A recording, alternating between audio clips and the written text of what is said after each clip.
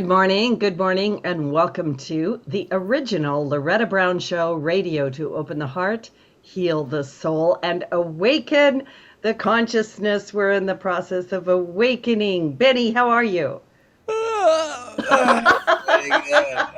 Waking up myself here too, right?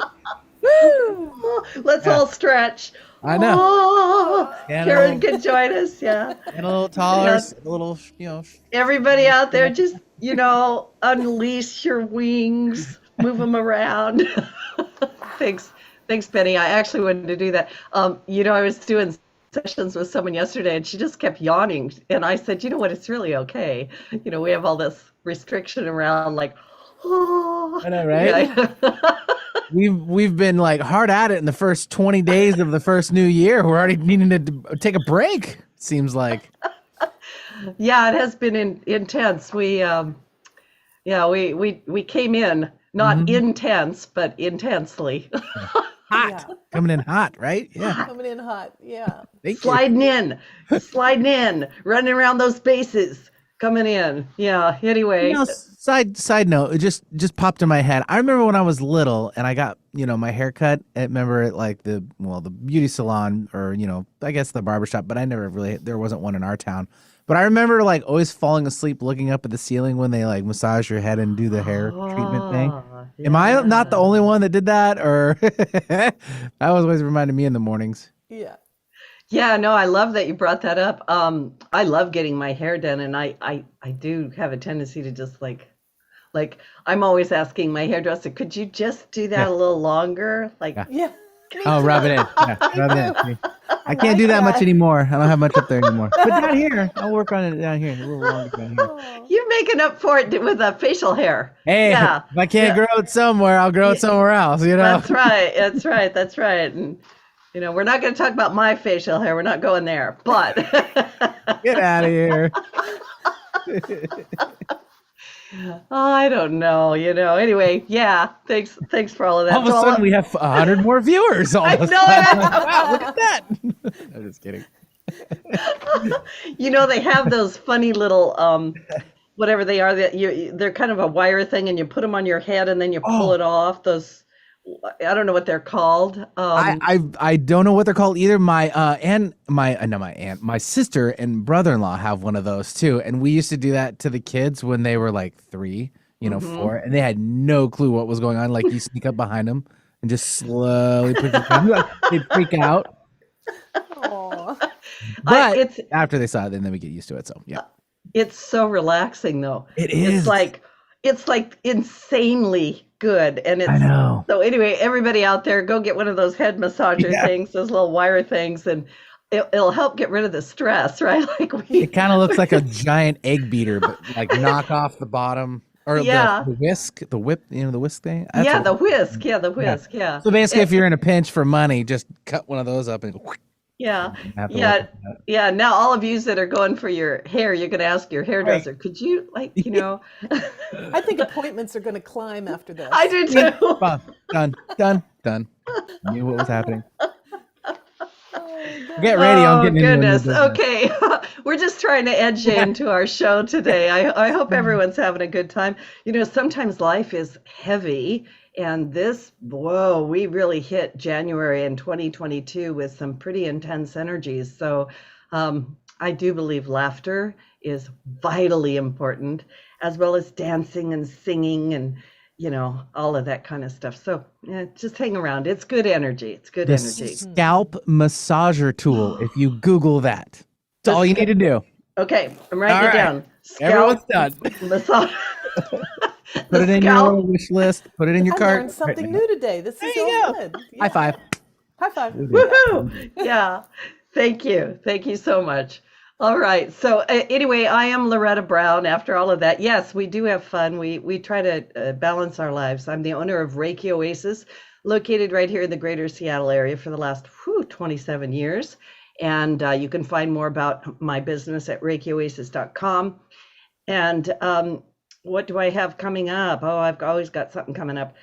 Saturday, the day after tomorrow, January 22nd, 0122 2022. I have to say those numbers because there's magic going on. Yeah, I have the Temple of the Divine Feminine for my women, and we are meeting via Zoom.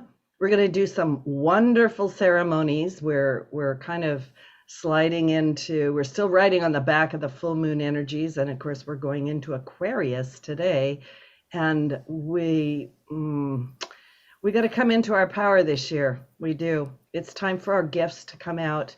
It's time. If your heart's calling, please join me in Temple of the Divine Feminine. You can sign up at schedule.reikioasis.com. It's always a really good time, a blessed time, and benefiting all of you. I do have Sunday meditation with Loretta every Sunday at 11 a.m. Pacific Standard Time. If you cannot join me at that time, just sign up at the scheduler. I'll send you a recording and you can listen to it whenever you want. I am a listener-supported show. Mwah! To all my supporters, mwah! You can go to patreon.com/The Loretta Brown Show. And guess what? Mwah! There's more of that. Yeah. And blessings and angels. And of course, you help. Your energy contributes to this. It's important. You would be great in a parade. Have you been in a parade on your own float? Have you done that one yet? I actually did. I knew it. The butter wave. Yep. And Elbow, wrist, a little bit. Yeah, a little bit. Although I think my mother taught me how to smile no matter what. And I had to, that benefits me and gets in the way. So what face is that, right? Oh man, we're going too deep too quick. I know. It's revealing all, right? Have you ever been in a parade, Benny? Yes, I have, actually, a number of times. I used to be part of the Issaquah Chamber out in Issaquah, Washington. I was part of the Salmon Days Festival and the committee out there. I was an official, get it? For official, get fish and salmon. I get that one. Okay. Didn't get the response right away. I was expecting it sooner. Took me Maybe a minute. a little okay. We have some honest viewers out there. Yes, thank you for our guest. I was still trying to figure out if you had to dress like a salmon. So I actually did. If you want to get into some yes, I was the mascot a couple years in the parade, and I got to run around in a giant fish costume. I love this information so much. And the costume was Sammy the salmon. Sammy was amazing. Of course it would be Sammy. Of course, right? See, keeps going, right? Oh, it never ends. Believe you me. I've already learned 2 things I never knew before. So if you're in the area, it's past now too. If you're in the Issaquah area out in Washington State, the first week in October every year is the Salmon Days Festival. So it's the last of the festivals that ends for the Pacific Northwest, along with Marysville and some of the other areas, cities. And great times. It's when the salmon, migrate. They go up the stream. I know they do their little thing. Yeah. And it's really important. Yeah. So yeah. Well, actually, that's a weird, interesting segue into our show because they go upstream, they migrate, and they lay eggs, and then they die. Right. I know. Whoa, the great cycle of life. There it is right there. I just love how that all fit together. And also, big hearts and love to you. And also, I love celebrating our greater Seattle area here. And it's great. It's great. Thank you so much for that, Benny. That was an amazing segue into my guess. Who knew? Sometimes our silliness works. So I'm going to do a quick astrology check-in, and then I want to bring Karen Johnson on the show because we got lots of wonderful things to talk about. This has been a powerful month and a powerful week of shifting energies in astrology. We started this week with a huge, powerful, full wolf moon in Cancer. Anybody been feeling it? Oh boy, my clients have been off the charts. This was a very emotional full moon. It's in Cancer, right? So it brought an emotional crisis to some people, emotional rebirth. And it's actually helping us close out a chapter that began in July of 2020. Oh yeah, think back to that.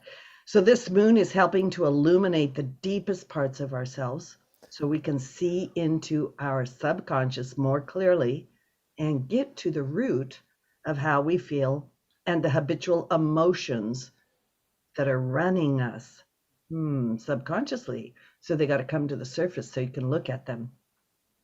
Venus retrograde is helping us look at ourselves, our families, our ancestral lineages, and all that old baggage that we're done with. And Venus retrograde always says, what matters to you? What is in your heart? Let's take another look at it. And, maybe it's time to clean it out. It's always time to clean house. With its opposition to Pluto, that powerful planet of transformation, it may have brought many of you into a very emotional state. I had a lot of clients talking about how they're just bursting into tears. They're remembering things. They're missing dearly departed loved ones, and they're even being revisited by old lovers and old friends. Like, whoa, what's this all about? Also this week on Tuesday, Uranus, the planet of unexpected and sudden shifts, went direct. It's been retrograde for 5 months. It is now we're now halfway through the transit of Uranus through Taurus, which takes a total of 7 years. So we're 3.5 years into it. I want you to remember last year I talked all year about the Saturn-Uranus conversations. Saturn being structure and karma and all that stuff, are, being kind of confined, and Uranus wanting to break away and be free. Which one's going to win? They're clanging against each other, having a conversation. So this week, Uranus went direct.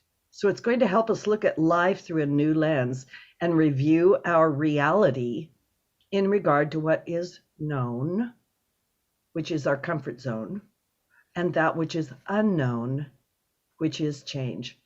Our subconscious does not like change, but change is inevitable. So how we go through that, we do it gracefully or we battle with it. So as it goes direct, we may experience some surprising breakthroughs or breakaways from the past, which might be a relief for some of you and scary for others. You may find yourself unexpectedly changing how you see yourself, your life, or your future direction. And you just may suddenly make an unexpected change. Just boom, you're doing it. Uranus is playing a significant role in the evolutionary direction of our personal lives and our collective this year. And then today, powerful stuff today. Great day for Karen Johnson to be on. The sun is moving out of Capricorn and into Aquarius. Whoo, the dawning of the age of Aquarius, right? And so it's sure to bring some lightness our way, or some illumination as we shift from earth to air. Energy is going to move up in our body. It's going to move up, helping us feel a little bit more energized. Is also going to activate our mental processes. So we might find ourselves exploring new ideas, thinking of new ways to approach things. Mercury is still in retrograde, so the shift may be subtle, but it is going to be working with us. And then the other huge thing happening right now, the nodal axis is shifting from Gemini Sagittarius, where it has been for 18 months, to Taurus Scorpio. Let me explain that so quickly and so briefly. The North Node tells us where we are going and what our evolving focal point is for our soul and spiritual growth, for the evolution of our consciousness, right? The South Node tells us where we are coming from, the releasing point, what's outdated and what needs to go, but also realize that the past follows us forward. So we're on this past, present, future thing, although that's an illusion. We're not going to get into that. So the next 18 months is about building new foundations and transforming our approach to many areas of our life. The last time the nodes were in Taurus, North Node, Scorpio, South Node, was in April 2003 to December 2004. So you might think back, what was going on in your life then? What were some of the themes, the lessons, and the events that you experienced at that time? You may be revisiting them, and you will be revisiting them at a higher octave, at a different point. Because when we move, we always go through cycles, but we do them differently because we are a different person. So that's the astrology. It's powerful. I feel like I need to wipe my brow just reading that. I feel like I'm on fire or something. I'll be honest with all of you, it's really affecting me in my life. And I feel like it's time for some breakthroughs in 2022. Come on, let's do this. Come on, let's do it. I can't think of a better day to have my wonderful guest on. I have Karen Johnson. She's a healer. She's an author. She used to be a judge. She's written a great book called Living Grieving, using energy medicine to alchemize grief and loss. After the devastating loss of her 27-year-old son, Ben, to a heroin overdose, Karen went through her own journey of death. Yes, she did. She left her 30-year career as a federal judge. She spent 2.5 years traveling the world, finding a spiritual and healing practice along the way. She delved into shamanic work, became a shaman, studied with Alberto Villaldo. She works with the Four Winds Medicine Wheel. Boy, she's got a lot to share with us. She is now trained in the techniques of illumination, soul retrieval, extractions of energies and entities, divination, death rites, and probably many other things. Welcome to the show, Karen. It's great to have you. Thank you for having me. It's great to be here. Yeah. Thank you for your patience with all the introduction. I'm going to show the I loved it. YouTubers this beautiful gift. Yeah, this beautiful gift to the world, your book, Living Grieving. So, Karen, let's lay some foundation because people don't know who you are. So tell us about yourself. How did you end up being a judge? Well, yeah. So I always say I have had many incarnations in this lifetime. So I started out, in hospital administration, and then decided I was going to go to law school, and then spent some time in the United States Army. Got out of the Army as a major, and then I had a criminal law practice for a while, and many different things that led me to apply to become a judge, and then I was accepted, and it's just been a long career path. I'm 69 years old. Great number, I think. Oh, Yeah. I think that's the perfect Great number, right? Yeah. And so I've just I just had so many wonderful career opportunities, and it was always grasping the brass ring. So I was one of those people that really didn't have a spiritual practice, didn't believe in much, and was on the hamster wheel. Just constantly going, success. I called in my book Success at Any Price. And all that kind of traps us, mortgages, houses, cars, kids, and, all the things that we set up in our lives kind of came to a crashing halt when my son passed of a heroin overdose. So he wasn't a long-term addict. He went to a party, they got drunk, they decided to use heroin for some reason, probably because they were drunk, and they gave him too much. He was a big guy, 6'8", and he died instantly. And everything, reality as I knew it, stopped.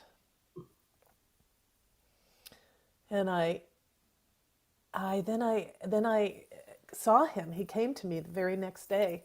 I saw him as clearly as I would see him in life. And Wow. I happened to be on a vacation out of the country at the time. And so I called my ex-husband and said, I think he's alive. I think he's alive. I don't think he's dead. I think he's trying to tell me he's stuck in the freezer and you got to get him out.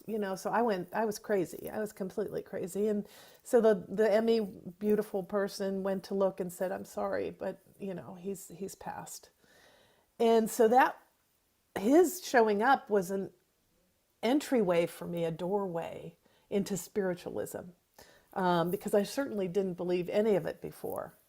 So so I had to really look at everything, and I did, and I found a medium, and a medium came to me, and not came to me, but I went to find a medium. I didn't even know that there were mediums around my little neighborhood in Fairfax County, Virginia. I was so out of it, I just wasn't in touch with any spiritual folks.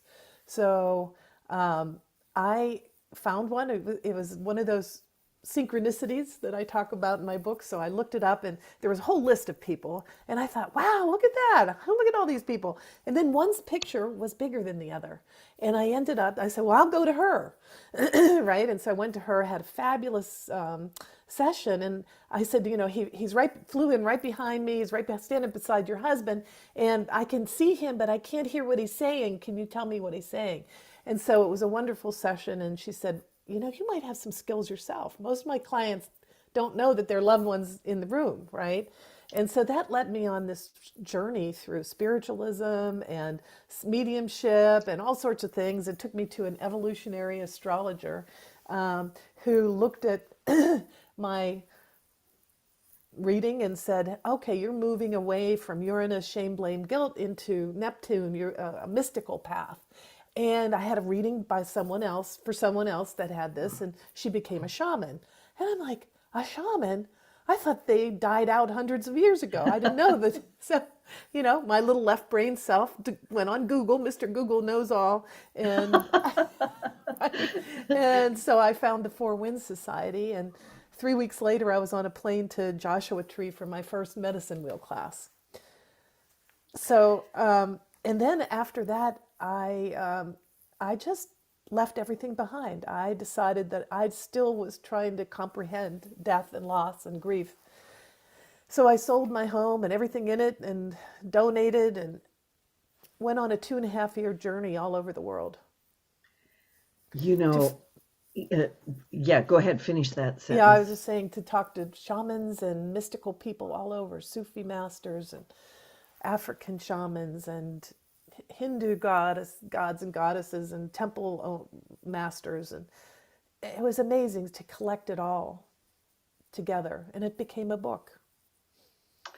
That there's so much in what you said. I just appreciate you sharing that with us so much. I was thinking when you were talking that, you are now at the other side of at least this section, right? Of dealing with it. And I was sensing while you were talking of actually the enormity of this journey.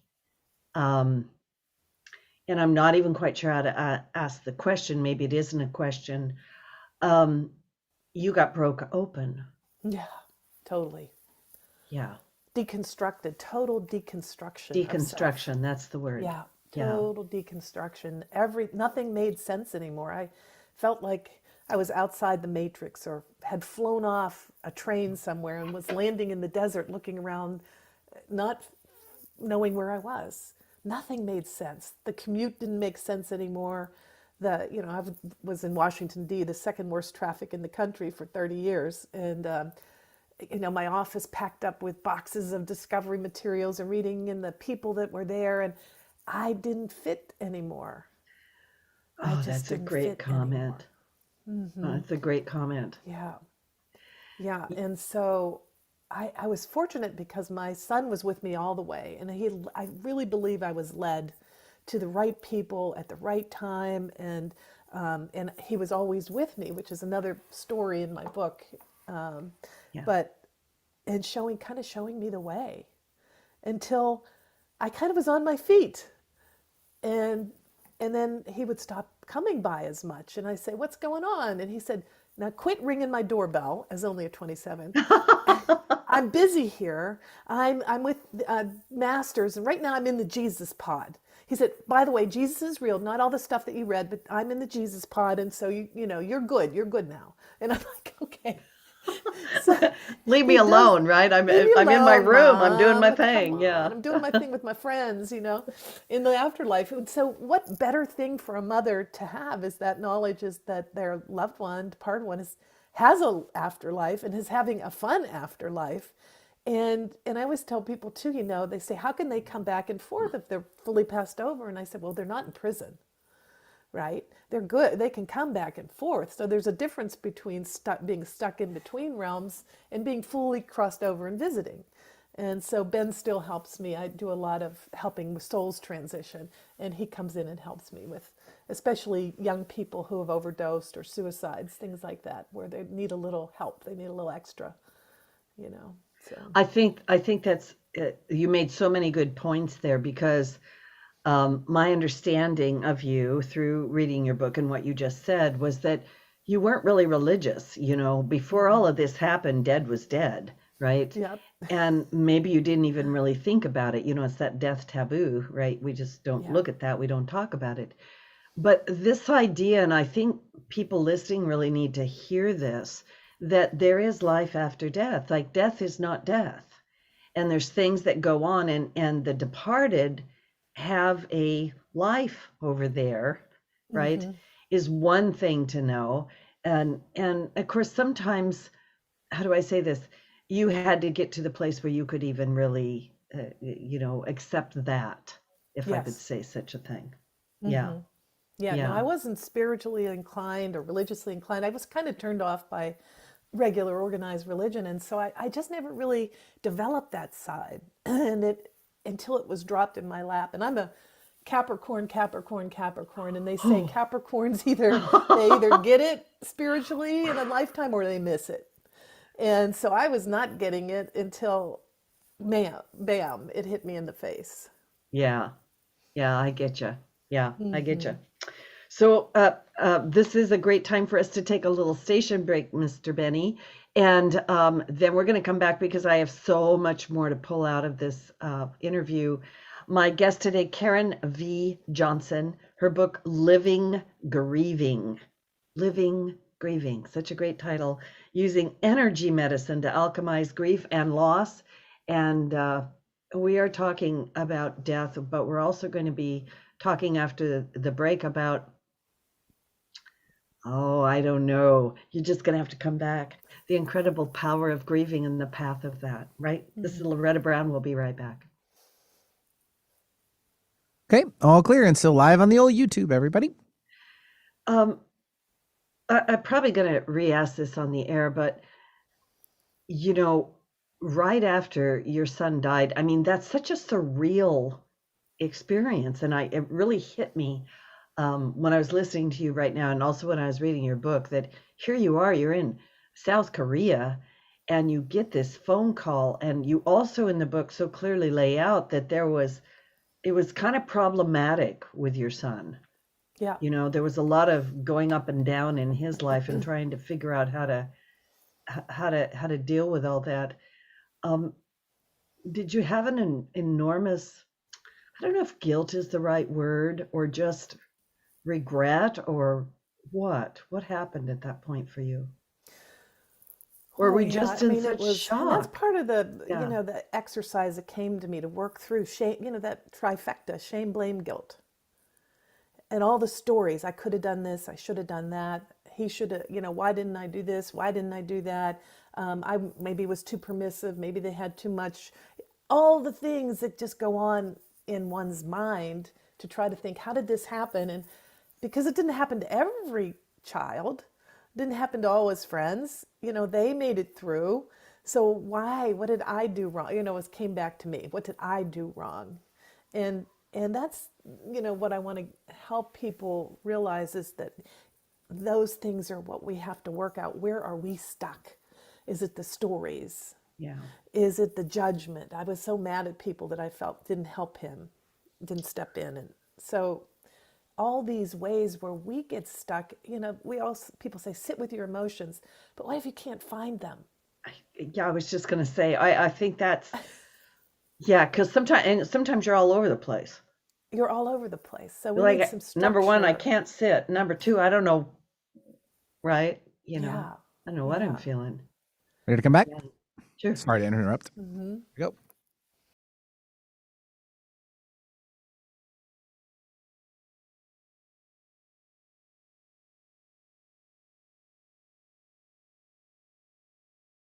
Thank you, Betty. Yeah, that's good. That's good. Welcome back to the original Loretta Brown Show. I am Loretta Brown, owner of Reiki Oasis right here in the greater Seattle area. Find out more about that at ReikiOasis.com. Also, all of these shows are archived on the 1150 KKNW, the original Loretta Brown Show archives. You can download them. You can listen to them over and over. You can take notes. You can find us live on, you can find us on the YouTubes and, of course, Podcast One, iTunes, Spotify, and all over the place. So please take advantage of this and many other shows. My guest today, Karen V. Johnson, sharing with us it's a very intimate story. It's very powerful, much needed. Her book, Living Grieving, Using Energy Medicine to Alchemize Grief and Loss. You know, when you're at the other end of this long journey, Karen, and I kind of was bringing that forward, you have found your way to a place where you're able to cope and deal with things. And I do want to bring in, the four winds and the medicine wheel. It's just so powerful. But before we do that, I want to back up just a little bit, because I know that there's a lot of people who are in active grief, and perhaps they've just lost someone. Maybe they are losing someone, right? And there's also this grief, and we are talking specifically about people dying, right? That grief. But we also have a lot of grief of people dealing with the deconstructions of their life as they know it before the pandemic. And now here we are. And, I hate to tell everybody it will never be the same. So, it will never be the same. We are in process. So can we back up just a little bit? Because I want to pull out a couple of points. So you're in South Korea, you're on holiday, you get this phone call from a detective. Yeah. Who tells you your son is dead. Yeah. This is just a Loretta question. My gosh, I don't even know if I could have functioned after that. How the heck did you even make it home on the plane? Like, I probably would have torn the plane apart. Yeah. Wow, it was really extra tough because of the time difference. Okay. So I couldn't get a flight out. I found out maybe 7 p.m. Korean time, and I couldn't get a flight until it was nighttime. There was nothing leaving. I had to wait until the next morning. So I had all this time, this 12-hour period. So calling my daughter, calling my friends, it was just this surreal time, staying up all night, just really hysterical. Yeah. And getting a flight and then sitting in the airport, and that's when he came to me. I was sitting in the airport right then he came to me. And I think maybe it was because I was such a mess and so broken. This was a moment that I saw through the veil into the other side. He came through the veil to me. And yeah, it was really the hardest thing that I can ever imagine. I mean, you think about losing a child and your worst nightmares, but you have no idea what you're going to do until it happens and how you're going to be. And then, our society is not very good at handling it either. So prolonged grief, deep grief, anticipatory grief. We're talking about people who someone's in the process of dying. And these are things that are really hard and not talked about because we're kind of told to get over it. It's time to move on. Okay, let's do all these practical things. Now it's time to go to a movie, and now it's time to do, go to a party, and let's not talk about that, right? We're not going to talk about that today. Somebody told me we're just gonna have fun. It's unreal. It's not real. And so I just told people, think of me as a zombie. I only have half a heart now. Zombies don't go out to dinner, and they don't go to movies, and they don't go to parties. Let me be a zombie, And sometimes we need that time to just be. And then at some point for me, I came to this point of really being suicidal. Okay. I really didn't want to live anymore. And I thought, what can I do? How can I make this pain stop? And one morning I thought, went to bed, and I remember thinking, this is it. I'm going to die now. I'm done now. I'm done living. And I feel like the angels are around me and I'm going to die. And then I woke up in the morning and I said, well, bait and switch, man. You What is with you angels? Bait and switch. Yeah, Hey, exactly. this way, right? Ah, Right here I am, and that was a morning that I had this idea. I had to get my sons. I'm sorry, but they do that. I'm thinking the bait and switch agents, you What the know. heck, man? You Yeah, can't trust anybody. exactly. I know. You Who's know, volunteering for that? I'm who's probably going to do volunteering for? that. I don't know. Anyway, go ahead. Yeah. So the next morning I woke up and I had this obsession. I had to get together 16 bundles. I put together all my sons' t-shirts and underwear and blankets and sheets and all these things, and I got money together and some food, and I made six. It had to be 16, and I stuffed all this in my car and drove the whole way to DC because I knew there was a tent city of homeless people across from where I worked. And don't you know, I arrived there and there were exactly 16 tents.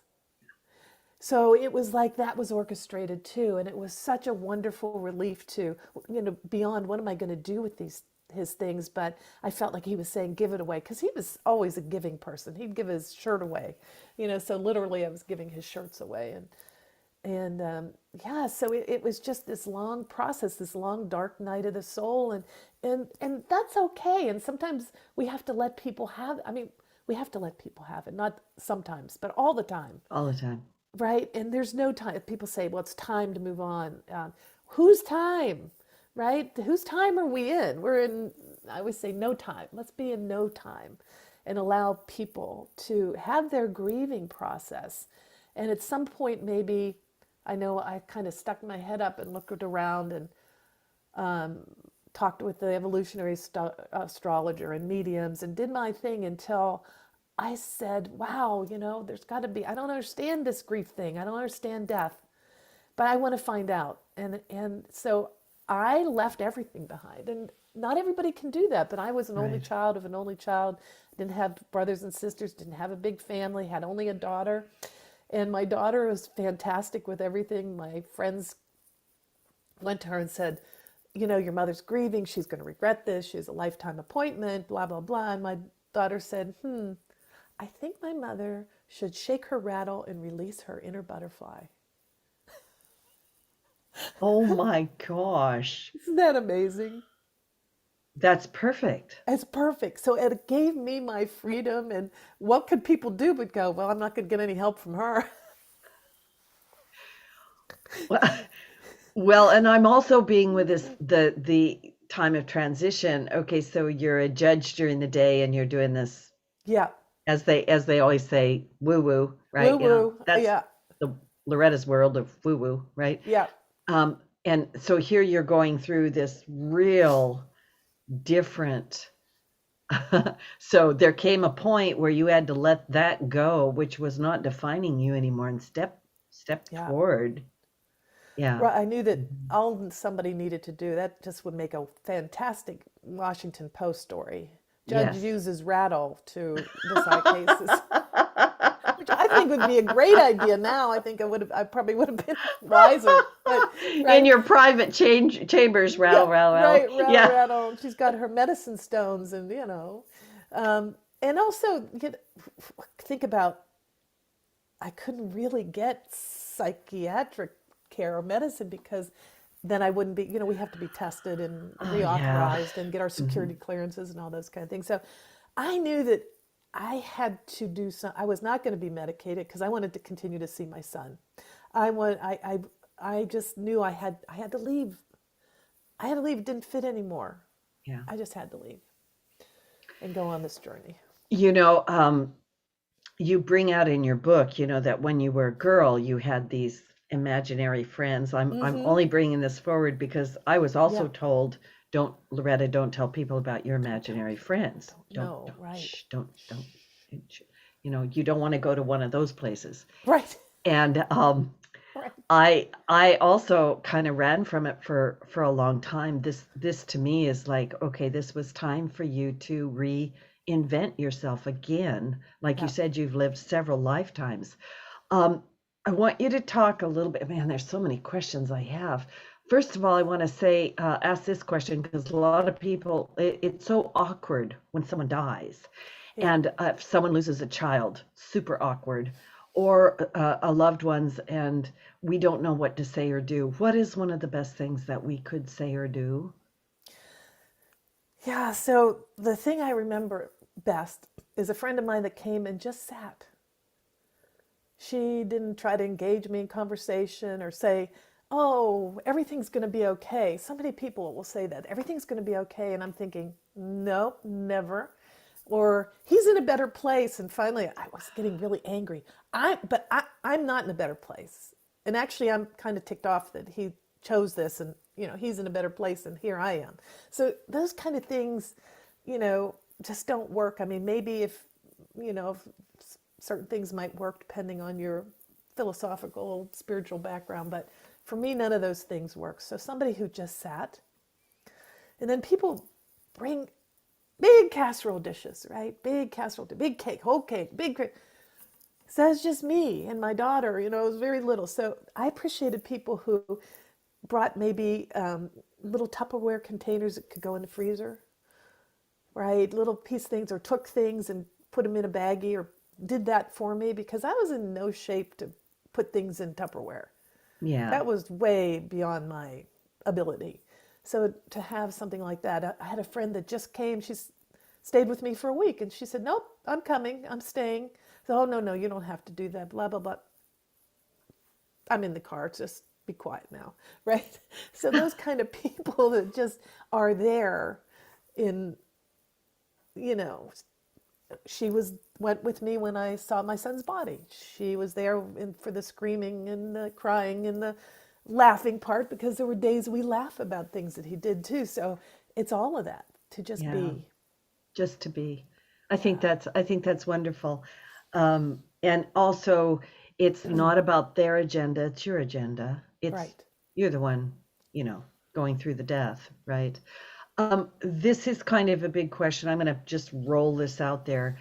Um, what is the gift that death brings to you? There's a whole energy to this grief process, and Yeah. it's big, and I really want to get into that a little bit, and if it makes sense to bring in the medicine wheel, if it makes sense to talk about shamanism, let's jump into that, because I think this is the powerful transformative journey, and I want Yeah. to pull that out. Yeah. So the biggest thing that I learned is that when we're grieving, that's why I call it living grieving, because we're living with grief all the time. It's not ever going Right, to go away. right, So we're on a journey, a transformative journey. And we know this about other things in life, like becoming a parent, getting married. We all expect that. And it's all, oh, this is going to be transformative, life changing, and it's associated with joy and happiness. However, grief is also transformative. It's a change of life. We don't like to look at it because it's associated right. with sadness and despair. And so when you look at it as a journey, then you don't have to feel the pressure to get over it. Right. And so what came to Yeah, me was sort of downloaded to me, because my whole book was really downloaded. Sometimes I look at paragraphs and things I wrote and I'm like, wow, where did that come from? And so the journey of the bereaved, Joseph Campbell has a great hero's journey. I call it the hero's journey, but so the journey of the bereaved through transition, resurrection, and rebirth, and that we know that's what our loved ones go through on the other side. Christianity, Egyptian mythology, many myths talk about this transition from the physical body to the spiritual. Then you kind of wake up on the other side, and then you're reborn in some fashion. So we too are on this same journey, as above, so below, the Hermetic principles, right? And so when you see this as above, so below, and if you sign, people sign in my website that get 8 things spirits on the other side wish you knew, and one of them is, as we are stuck and stay stuck in our grief, they are stuck too. They can't fully engage on the other side because they see us and they know what we're going through. And uh, so we often sometimes think and have been told the amount of our sadness and our despair and our grieving and our stuckness and creating an altar in our home and not getting over it shows everybody, including our loved ones, that how much we cared. And that's completely untrue. They already know how much we care. And they want us to go on this journey, this transformative journey, and make a new life out of the ashes of the old one, not sitting in the ashes for years and years and years. So there's one man I know that his son passed in a similar fashion, and he didn't tell anybody at work. He didn't change anything. And 16 years later, he fell apart. Right? So we often Yeah. try to squish it Yeah. down, squish it down, squish it down. So in my office, they said, "Oh, you can have 2 hours off for the funeral." What? Right? And then, somebody stepped in and said, "Well, how about some administrative time?" So it's all this pressure. No, no, no, it's time to get back on. You have things to do at work. And okay, you can have a little extra time. Really? Your son My, just died. my son Really? just died. But I was so out of it and so accustomed to being on that wheel of success that after a week I just plodded on in. And I remember sitting in meetings and trying not to cry and trying not to fall over and trying not to. So why did I do that? Because that's what my habitual response was until I just said, "I'm done with this. I'm through with this." I think many listeners can relate really strongly with what you say. It's kind of one of my little things. Like I don't think our jobs um, allow us to honor these cycles of life and death. It No. kind of gets in the way. Um, can Yeah. you touch a little bit on the four directions of the medicine wheel? Yeah. And because it really, to me, lays out the journey.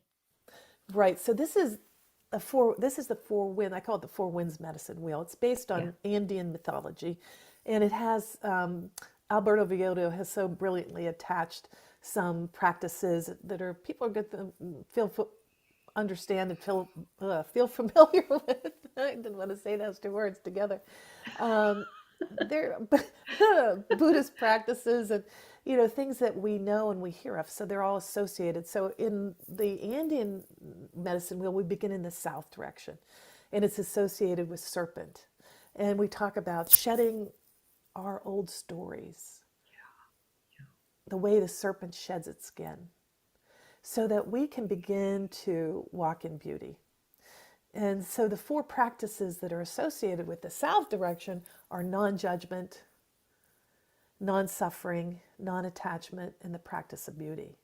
So non-judgment, I love this so much because we get so caught up in things. And these practices I have people do in a ceremonial way, Yeah. right? So I want everybody to have a pie pan and a candle and pieces of paper or a notebook and a pen and sit and really think about things like non-judgment. And Ram Dass, I think most people have heard of Ram Dass, this Yeah. wonderful spiritual teacher, talks about turning people into trees.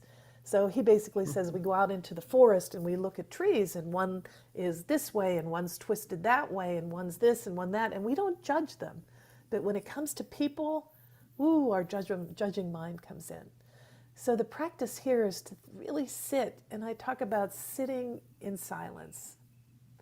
So what I want people to do is engage their neocortex, their ceremonial part of their brain, and get out of the physical, the serpent, the physical brain, the reptilian. So we want to get out of that, and we want to up level everything to ceremony.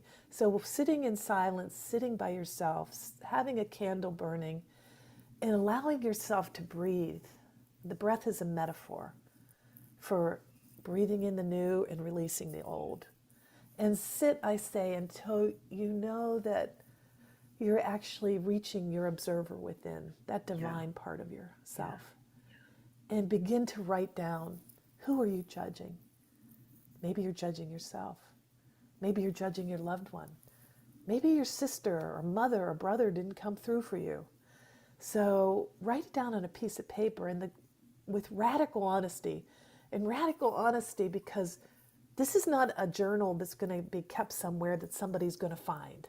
Right. We're going to take these little pieces of paper and then you're going to burn them with the intent of releasing this judging mind and the judgment. Could be of yourself, right? Letting it go. So working in ceremony to release things. Another practice, non-suffering. So how do we suffer? We suffer based on the stories that are going around and around in our mind. So we get in touch with those stories and actually sit and listen instead of trying to squash them and push them down or engage in busyness so that we can't see them. sit with them. I should have done this. I should have done that. He told me he didn't want to go to the doctor. Someone said about their husband, I should have made him, right? Like we have control. Like if I had changed everything in my son's life, even his nursery school, maybe his babysitter, everything would have turned out differently, right? These stories that are going rapidly round and round and round and round, putting those on paper and actually looking at them and saying, is this really true? Would it have turned out differently? Could I have really made anybody do anything, right?